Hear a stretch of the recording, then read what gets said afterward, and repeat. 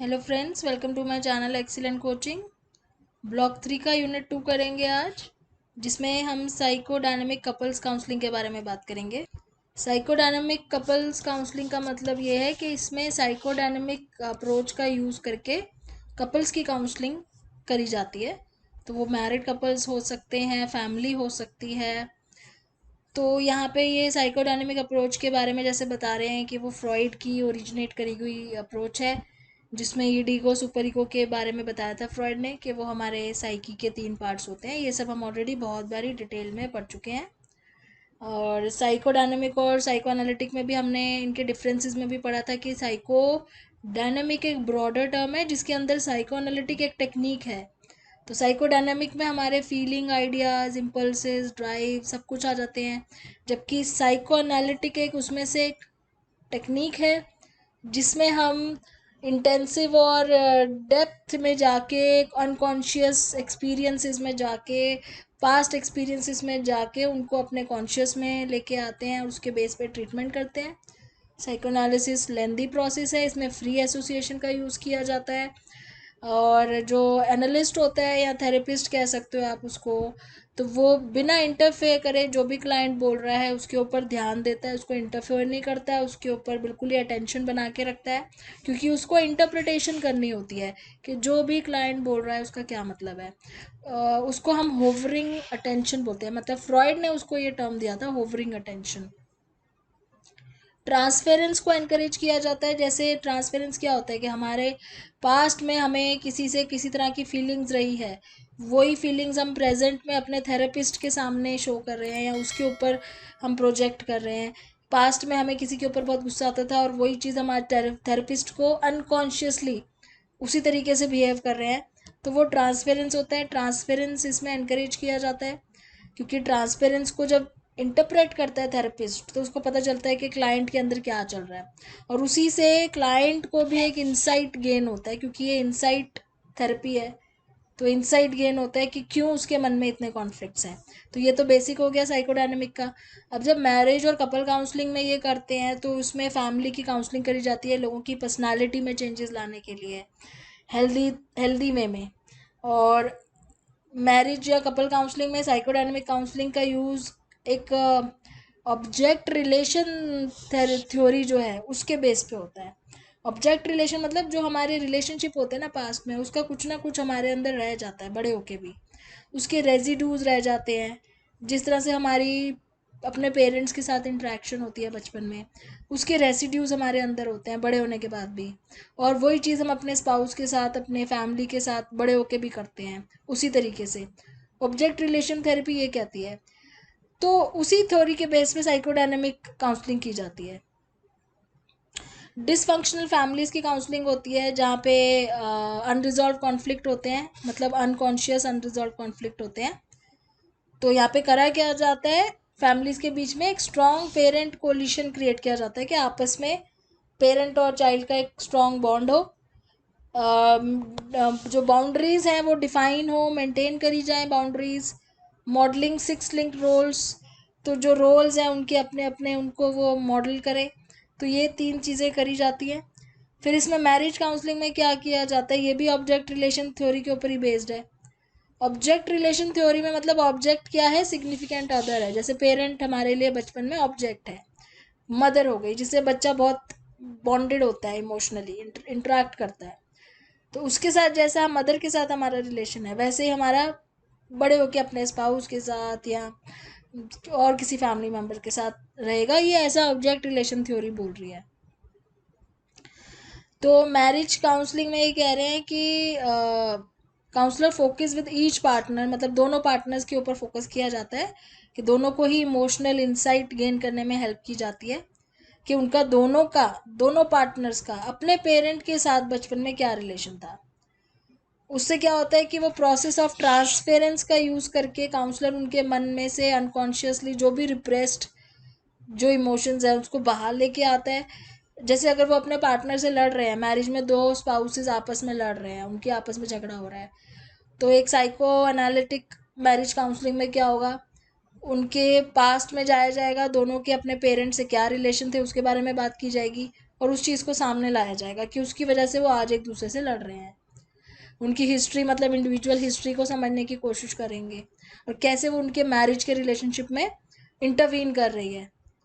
Catharsis भी एक technique है जहाँ पे वो अपने पेंट अप इमोशंस मतलब जितने भी अभी तक अंदर उसके इमोशंस हैं इकट्ठे हो रखे हैं उसको बाहर निकाल सके।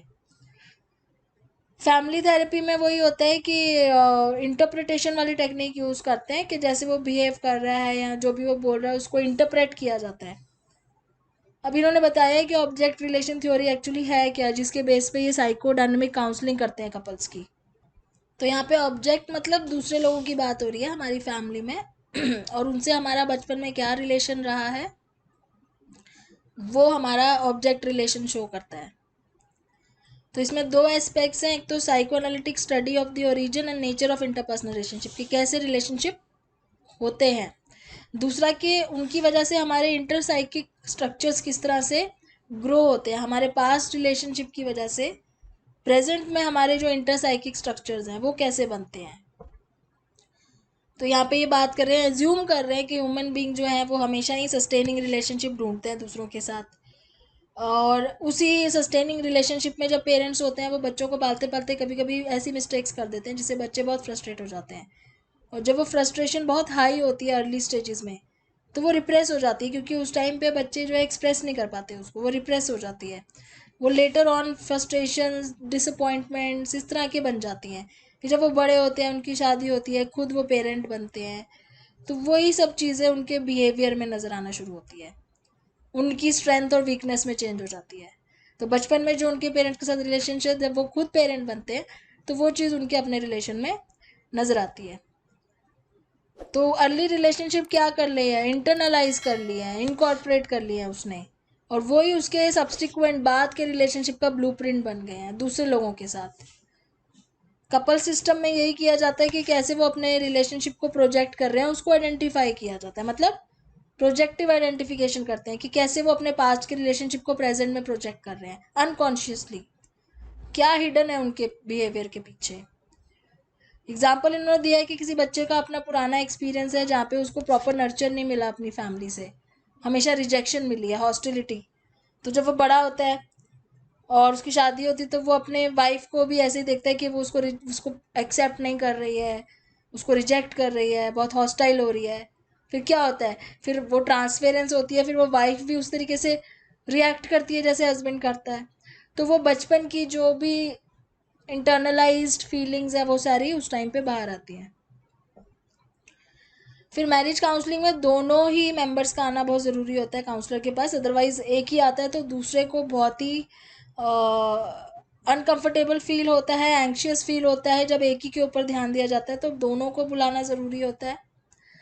और कपल काउंसलिंग में कह रहे हैं कि दोनों ही मेंबर्स का बहुत इंपॉर्टेंस होती है कपल काउंसलिंग में, क्योंकि दोनों का एक दूसरे की लाइफ में बहुत बड़ा रोल होता है और वही उनको पहचानना है कि दोनों कितने इंपॉर्टेंट है एक दूसरे की लाइफ में।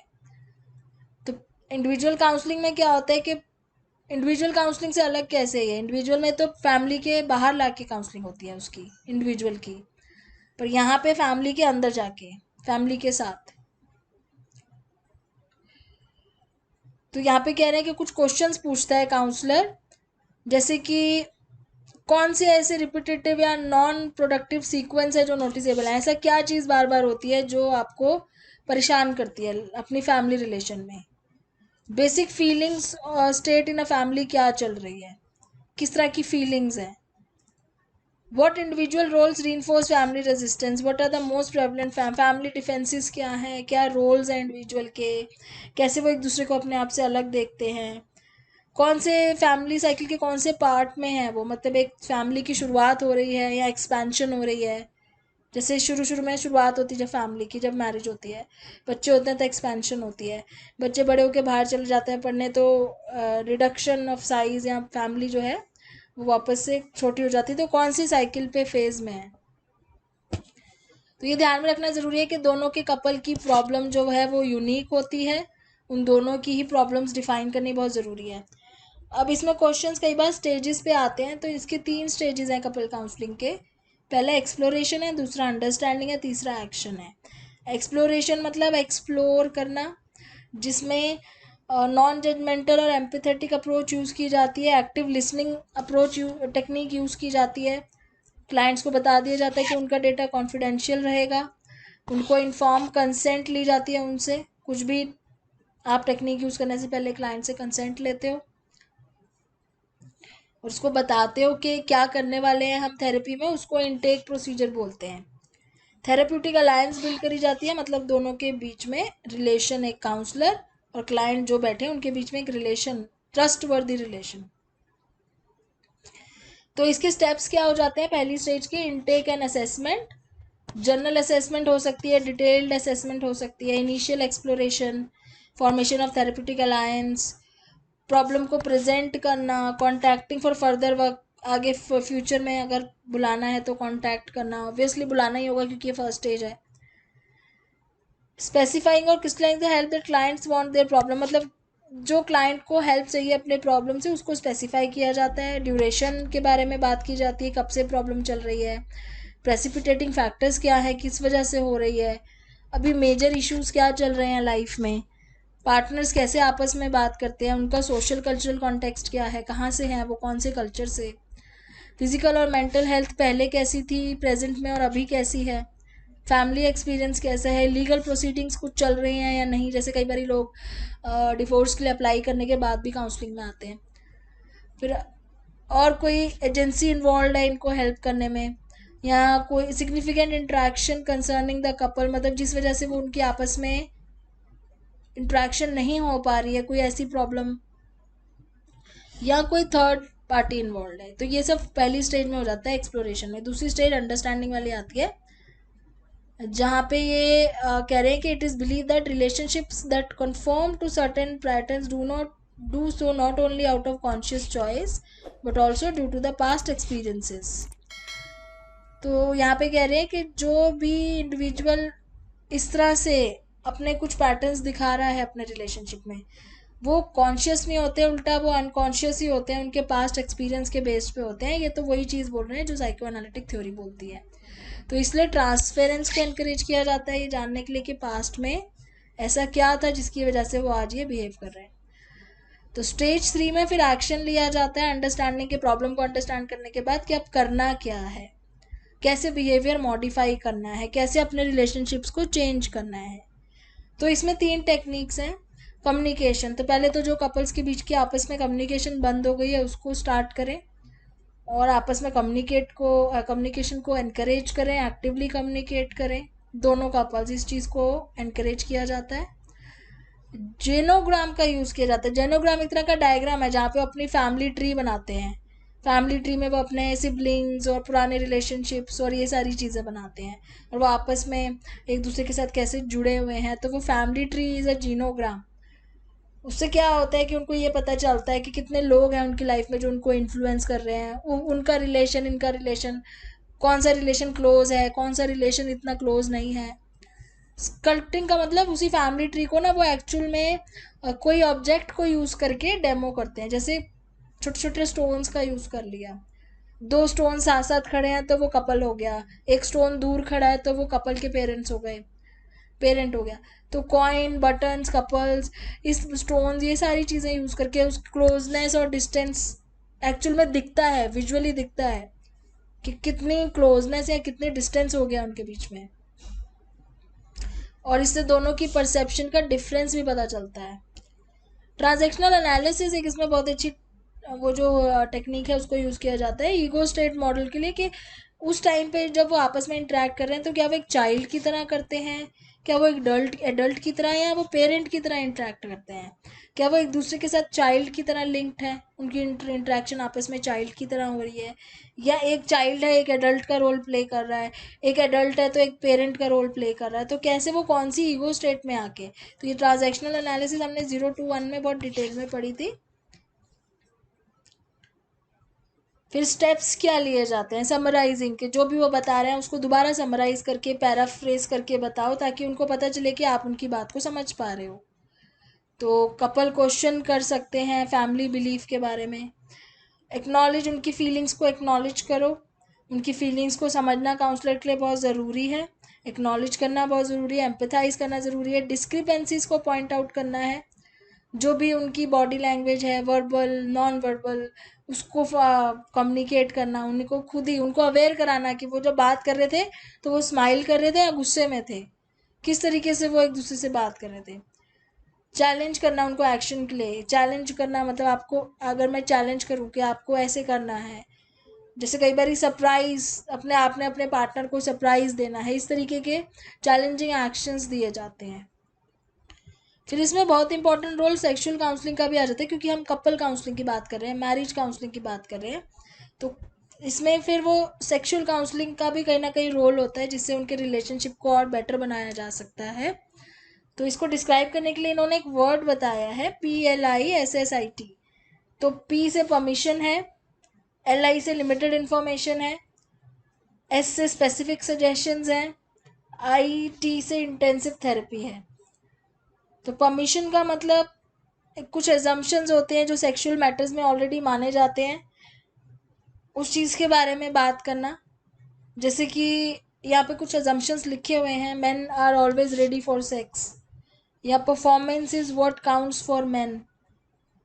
हमेशा वुमेन को एक्सपेक्ट करना चाहिए कि वो एक जो उनके हस्बैंड है या मैन है उनको पता होना चाहिए सेक्स के बारे में, या वुमेन को वेट करना चाहिए कि मैन इनिशिएट करें। तो ये कुछ चीज़ें हैं जो परमिशन का यहाँ पे क्या मतलब है कि जब पार्टनर सेक्सुअल एक्टिविटी में इन्वॉल्व हो तो परमिशन ले वो दूसरे पार्टनर से। इंपॉर्टेंस ऑफ लिमिटेड इन्फॉर्मेशन मतलब उनको कितनी इन्फॉर्मेशन है सेक्स के बारे में, उसके मिथ्स के बारे में, टैबूज के बारे में क्या इन्फॉर्मेशन है, उन दोनों को नॉलेज होनी चाहिए कि आपस में वो एक दूसरे से बात कर सके कि वो कितना जानते हैं। तो काउंसलिंग में ये चीज़ आप एनकरेज कर सकते हो कि वो अपनी लिमिटेड इन्फॉर्मेशन को एक्सप्लोर कर सकें, सजेशंस दे सकें। स्पेसिफिक काउंसलिंग में सजेशन दे सकते हैं कि कैसे वो सेक्सुअल एक्टिविटी की तरफ अपना एटीट्यूड और बिहेवियर चेंज कर सकें, अपने पार्टनर को ज़्यादा बेटर समझ सकें। फिर importance of intensive therapy treatment मतलब यहाँ पे जो भी डिसफंक्शनल थॉट है सेक्स को लेके या सेक्सुअल कम्युनिकेशन को लेके, उसको कैसे वो इम्प्रोवाइज कर सके, क्वालिटी इंक्रीज कर सके अपने सेक्सुअल एक्टिविटीज़ की। तो इस तरीके से ये सेक्सुअल काउंसलिंग के कुछ इंपॉर्टेंट स्टेप्स होते हैं। जब यहाँ पे ये टॉपिक है कपल्स एंड डोमेस्टिक काउंसलिंग, इसका क्वेश्चन वैसे एग्जाम में नहीं आता है, मैंने एक ही बार देखा है, कई सालों में एक ही बार आया हुआ है। बट इसमें बेसिकली यही कह रहे हैं कि अगर कपल के बीच में डोमेस्टिक वायलेंस हो रही है तो उसमें काउंसलिंग से पहले ज़रूरी है कि उसको रोका जाए। तो लीगल एक्शन अगर लेना ज़रूरी है तो पहले वो होना चाहिए रेदर देन काउंसलिंग, ताकि वायलेंस ख़त्म हो सके।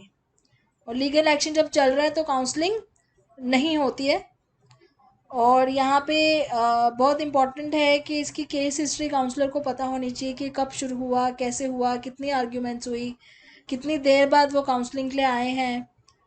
तो काउंसलर के लिए पुरानी नॉलेज होना बहुत ज़रूरी है, दोनों को इन्वॉल्व करना ज़रूरी है, पार्टनर्स को, किसी भी एक पार्टनर को निगलेक्टेड फील नहीं होना चाहिए। और मेंटली इल के केस में ये कह रहे हैं कि एक चीज़ ध्यान में रखनी बहुत ज़रूरी है, ये इंश्योर कर लें कि क्या वो सिर्फ काउंसलिंग से ही उनको हेल्प मिल जाएगी या उनको आगे फर्दर कहीं रेफ़र करने की ज़रूरत पड़ेगी, क्योंकि काउंसलिंग एक तरीके से लेस सीरियस प्रॉब्लम्स में करी जाती है। अगर इंटेंशन ऑफ सुसाइड शो कर रहा है पार्टनर तो उस टाइम पे ये ज़रूरी है काउंसलर को कि वो उसको हेल्प करे कि अपनी फीलिंग्स को उसके सामने वेंट आउट करे, एक्सप्लोर करे और उससे बात करे कि ये प्रॉब्लम उसको क्यों आ रही है। तो ज़्यादा इसमें कुछ ऐसा इंपॉर्टेंट नहीं है। ये यूनिट यहाँ ख़त्म हो गया, नेक्स्ट वीडियो में नेक्स्ट यूनिट स्टार्ट करेंगे। Thanks for watching.